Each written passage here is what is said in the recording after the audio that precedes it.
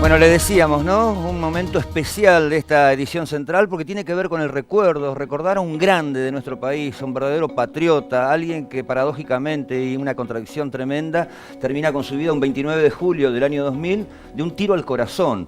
Cuando había sido un cardiólogo tan destacado de nuestro país, destacado en el mundo, recién fuera de micrófono, la invitada me contaba algunos detalles más de los Estados Unidos. Bueno, me estoy refiriendo a René Favaloro, pero me estoy refiriendo sobre todo a un 9 de mayo, hace 51 años, creaba algo que iba a hacer, por supuesto, revolución en el mundo, que es la creación del bypass. Por eso, la invitada, especial invitada, con el agradecimiento de que haya venido hasta acá, Sonia Constantini, cardióloga, especialista en cardiología universitaria, bueno, tantos también otros estudios dentro de lo que esto que late tan fuerte. De lo que late, sí. Así que gracias por estar, sobre todo primero para reivindicar a este grande de nuestro país.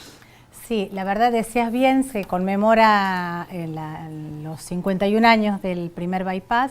Si bien ya en el 51, más o menos, y 64, ya otros médicos, otros cirujanos venían trabajando en el tema, Favaloro lo que hace es desarrollar por primera vez y utilizar por primera vez lo que es la vena safena, que es la vena de la pierna, y utilizarla como puente. Bypass quiere decir puente. En realidad lo que se hace es, si nosotros tenemos una obstrucción, era colocar desde la aorta hasta distal, hasta en un lugar distal a la obstrucción de la arteria coronaria para darle flujo. Por eso se llama revascularizar. Cuando la vena está tapada, es como... Cuando la arteria del corazón es la que está tapada, lo que se hace es utilizar una vena, también se usan arterias, pero lo que desarrolla Favaloro puntualmente es aplicar la vena safena como un puente.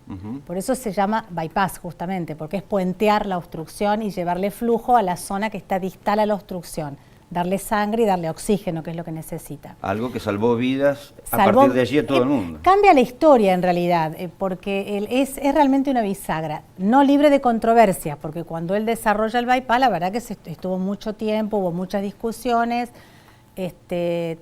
a tal punto que recién en la década del 90, cuando aparecen las primeras publicaciones de los trabajos randomizados, de trabajos grandes de muchos pacientes, recién ahí se comunica, digamos, a todas las comunidades científicas de que el bypass era una indicación estricta y que el resultado era superior a lo que se conoce como el tratamiento médico. El tratamiento médico, o sea, hasta antes del bypass, lo que se hacía se daban drogas que se llamaban nitritos y se lo mandaba al reposo. No se hacía otra cosa con el enfermo, lo cual elevaba mucho, por supuesto, la mortalidad. A partir de la década del 90 ya se comunica todo esto, pero ya se estaba haciendo. Se desarrolla desde el 67 en adelante. Correcto. Se empieza a desarrollar. Después, posteriormente, en el 70, aparece ya la angioplastia, que es lo que más se utiliza y más se conoce, que es la dilatación de la obstrucción. Claro, empezó a haber mucha evolución en la medicina, seguro. No cambió la indicación, disminuyó, por supuesto, la cantidad de cirugía, porque los que no iban a cirugía pasan a ser pacientes que tenían indicación de angioplastia. Seguro. Pero las indicaciones siguen siendo las mismas. ¿El tener un bypass significa poder seguir fumando, poder comer mucha carne, que el colesterol? No, porque ese es el tema, ¿no? Claro, no, ese es el tema. La idea es que uno sigue, digamos, cuando uno indica una cirugía de bypass o una cirugía de revascularización, piensa en términos de o mejorar el pronóstico, cuando hablamos en términos de mortalidad, o mejorar los síntomas o mejorar la calidad de vida.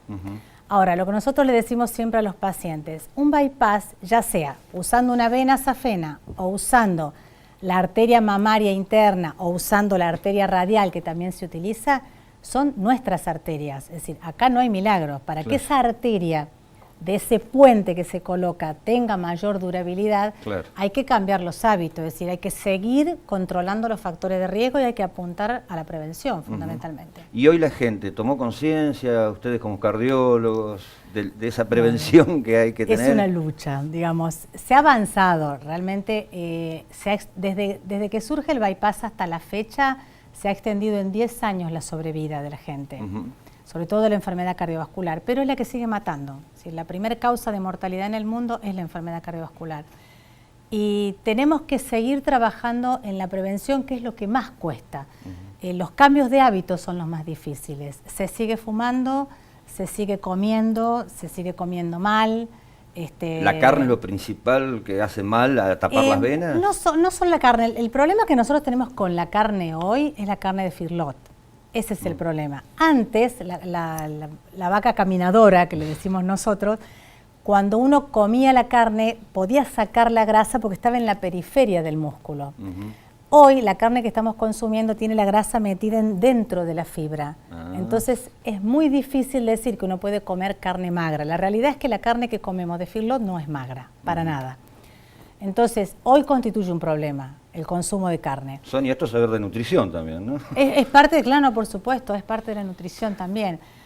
Me dicen de dentro de los tarifazos, del estrés, la mala sangre. Hoy estaba comentando recién fuera de cámara uno de los chicos que salió un comunicado hoy de la Sociedad Argentina de Cardiología y de la Fundación Cardiológica Argentina, invitando a la comunidad gubernamental que traten de explicar de manera clara lo que está pasando, porque aumenta en todos estos periodos de crisis financieras y de estrés, aumenta el índice de infarto, pero es increíble. Ya, de hecho, tenemos trabajos publicados en la época del 2000 al 2001, cuando uno comparaba del 95 al 2000 y después la cantidad de infartos, la cantidad de internaciones, la cantidad de tratamientos, y aumenta, pero aumenta mucho, no es que aumenta poco. Claro, es entonces, el estado económico de tu casa, de no poder llegar a fin de mes. Claro, el no saber qué hacer, el no entender del todo lo que está pasando. Ese nivel de estrés, sobre todo cuando está relacionado a situaciones financieras, aumenta de manera muy importante la cantidad de, fundamentalmente, infarto.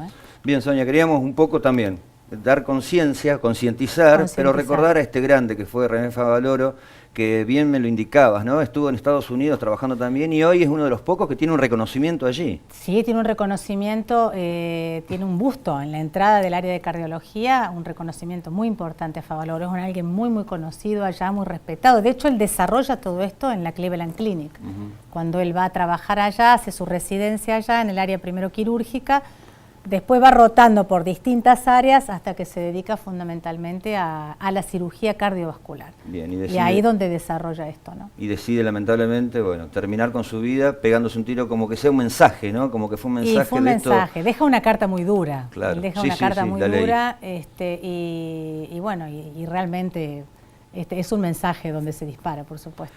Sonia, muchas gracias. No, gracias a ustedes. Sé que también en otros medios también concientizás a la gente y ayudás mucho, tratamos, ¿no? Por radio. Tratamos. Así que bueno. Bueno, gracias. Muchas gracias a ustedes. Un placer tener.